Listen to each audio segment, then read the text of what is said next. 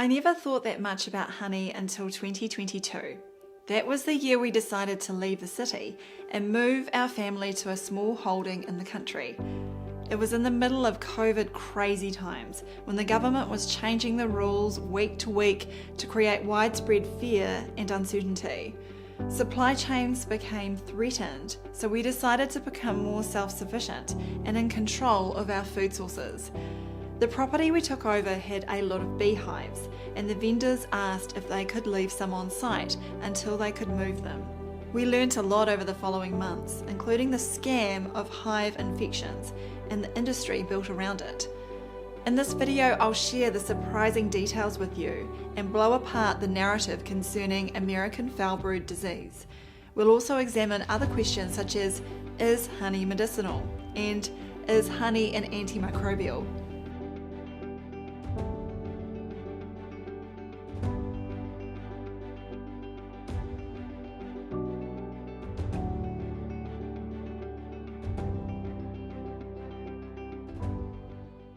First off, I will clarify that we are relatively inexperienced beekeepers and do not claim to be knowledgeable in the craft. However, we do have several beekeeper friends, and what always strikes us is how passionate they are about the activity. Our own feelings about beekeeping are more mixed, and as everyone knows, getting stung by bees, it's no picnic. A few years back, my husband Mark was stung about 20 times in his leg while working near beehives. He struggled to walk for the next few days with serious leg swelling and inflammation after the large dose of venom. So we were somewhat relieved when the beehives were finally moved from our property. However, soon after that, colourful envelopes from a government department started appearing in our mail on a regular basis. Then a few agents in beekeeping suits turned up at the gate and looked disappointed when we said that the previous owners, who were commercial beekeepers, had moved on.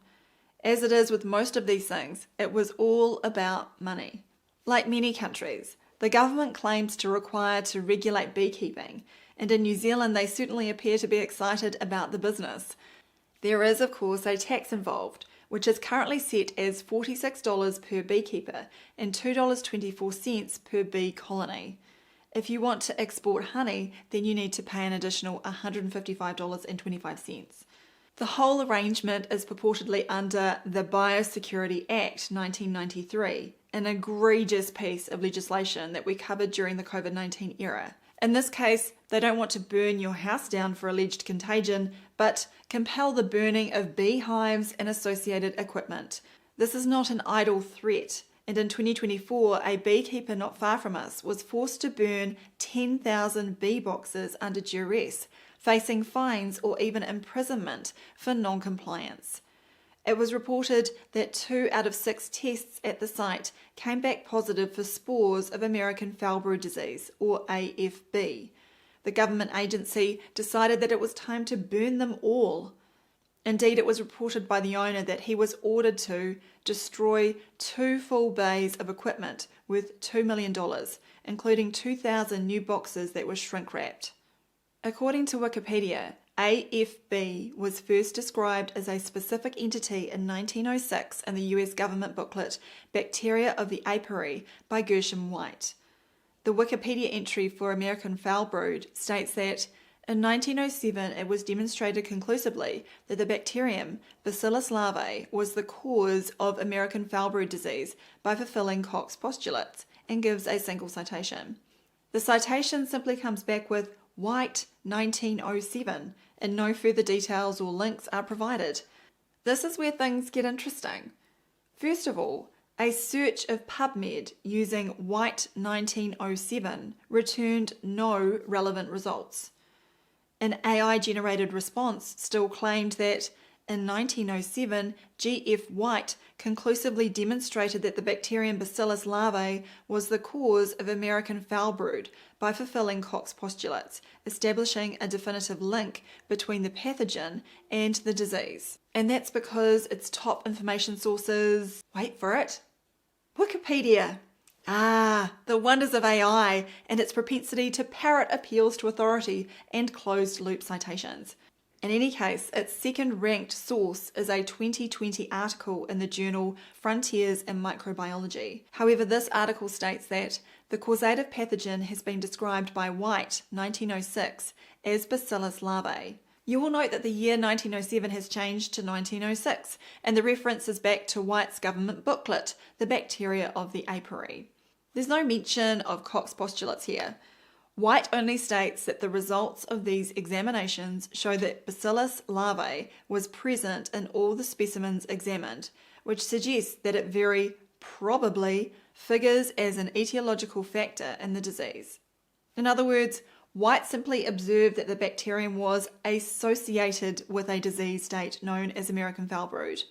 After that, the story has been twisted into causative, and now the quote scientific literature simply repeats a falsity that nobody is checking. This is of course no surprise to those of us who know that Koch's postulates have never been fulfilled for any microbe.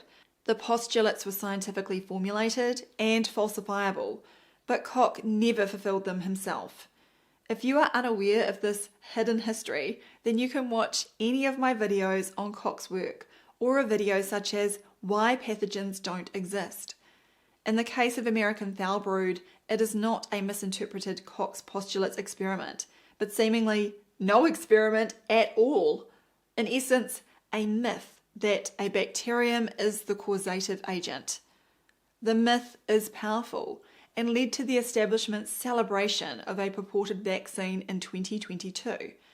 This is a product made by the biotech firm Dallin, and the US Department of Agriculture granted its conditional approval in 2023, while the Canadian Food Inspection Agency authorised use of the vaccine later that year. In 2024, Science News reported that a vaccine for bees has an unexpected effect. Honeybees immunised against bacteria also fought off a virus. Now we have gone from bacterial mythology to viral fantasies. There were, of course, no viruses shown to exist, and when the story mentions them, it is, quote, as measured by a PCR test. However, they sourced their explanation from biochemist Andrea Gwynn, who works on human vaccines for the biopharmaceutical company GSK. The article continues, the results are still preliminary, and the researchers aren't sure exactly why immunising bees against bacteria might also protect against viruses, Swift said. It may be because bees' immune systems aren't as specific as those of humans and other mammals. Anything that revs up bees' immune responses may help them take on multiple intruders. Now we are getting into the unfalsifiable concept of the immune system. If you are unsure why this is so, then please watch my video, Is Immunity Real? You can also check out all of the resources over at Virology that deal with the pseudoscience of antibodies and immunity. Additionally, the notion of revving up the immune system is truly incredible. Apparently this is good sometimes, but not others when it is called an autoimmune disease. All of this nonsense has been a distraction from the initial claim that Dallin's vaccine is supposed to protect against American Foulbrood. For Science News reported that in apiary, let Dallin use 400 hives for the study, which lasted for one season. Half of the hives got a new vaccinated queen and half got a new unvaccinated one. And the result? No cases of Foulbrood disease were found in any of the hives. This apiary was just too good at controlling the disease, Swift said. So the company couldn't determine how effective the vaccine was against its intended target. At this point, we have to do our best to get the germ enthusiasts to consider the wonderful world of terrain. Unfortunately, it is a tough task because wherever there is trouble, they point at the microbes who are found at the scene of the crime. They were innocent bystanders. Now, you just think about that term. Innocent bystanders. There is no appreciation that these are innocent microbes who are simply doing exactly what they are designed to do. The microbes or their spores are going to be found everywhere, and attempts to eradicate them are as silly as Louis Pasteur's idea that healthy systems require sterilisation. As we pointed out in Virus Mania, attempts to raise animals in completely sterile conditions last century were universally fatal. Something else is impacting beehives to bring about a condition known as American Foulbrood. The condition involves larval breakdown and death, with the brood cell becoming discoloured and stringy. Yes, there may be increased numbers of bacteria in such cases, but they are the cleanup crew, breaking down the devitalised larval tissue in the cycle of life. What causes this devitalisation needs to be determined. Potential problems we have observed in beekeeping include overcrowding. Beehives do not usually cluster together in such concentrations in nature, but commercial pressures can lead to unrealistic expectations about hive numbers and convenience of honey collection. Overcrowding of any species triggers nature's various mechanisms to reduce further numbers. Another cause may be chemical toxicity through accidental environmental exposure to man-made compounds or intentional exposure to some of the pharmaceuticals that are used in beekeeping. Otherwise, there may be nutritional deficiencies in the hive through exhaustion of local sources or setting up hives in areas that were depleted to begin with. The apparent spread of foulbrood has nothing to do with a contagious entity, and certainly not through the blamed bacterium. There may be signals, such as biochemical compounds, that can have an impact on a whole hive, but if clusters of hives are affected, this is due to common local factors. A hive in good health does not suddenly succumb to ubiquitous microbes. As I mentioned at the start, we have limited beekeeping experience, and it would be great to hear from experienced beekeepers who may have further insights into the real causes of this problem, or if it is really a problem and it is wiser to let nature take its course for a better long-term outcome. Lastly, in his book, The Invisible Rainbow, Arthur Furstenberg puts forward the hypothesis that man-made electromagnetic fields can cause bee colony collapse.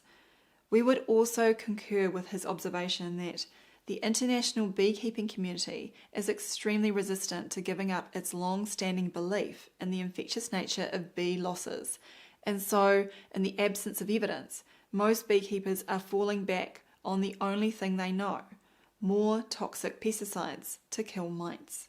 As many of you know, I like to finish on a high note, and in this case it's easy because I can talk about honey.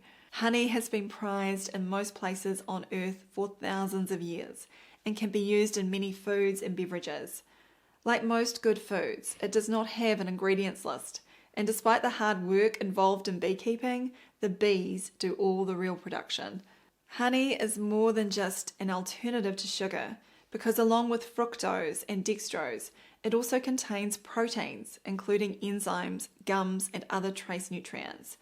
Along with the nutritional benefits, it also has a unique taste that most of us enjoy. It is so good that unfortunately in the current era, honey is one of the most faked food products to be sold, meaning that you need to know your supplier. In a favourable scenario, this will be from your own hive or a friendly beekeeper not too far away. It is even better if they are not using pharmaceuticals in their hives and the local area is herbicide free. We often get asked if honey is medicinal or can be used to treat diseases. For example, New Zealand's Manuka honey has become famous and is said to have antibacterial properties. This is largely on the basis of high methyl glyoxyl oxidase levels, and on this account, Manuka honey may be given a unique Manuka factor or UMF grade. The higher the grade, the higher the antibacterial activity. As terrain proponents, this antibacterial activity has no particular value for our bodies per se, as we are not interested in killing microbes that way. Honey does not favour microbial growth anyway, due to its low moisture content. This is very useful for preservation of the product, in the same way that other sugars can be used to preserve fruit, or salt can be used to preserve meat and fish. The great benefit of honey is that the bees have already done the preserving for us. We just thank them and put it in a jar. So our advice is to enjoy honey for what it is, a delicious and nutritious food source that can be part of our regular diet. One of my favourite ways to enjoy honey is with a lemon drink, while Mark loves honey and butter on toast. He's also partial to a fermented brew in the form of a honey ale.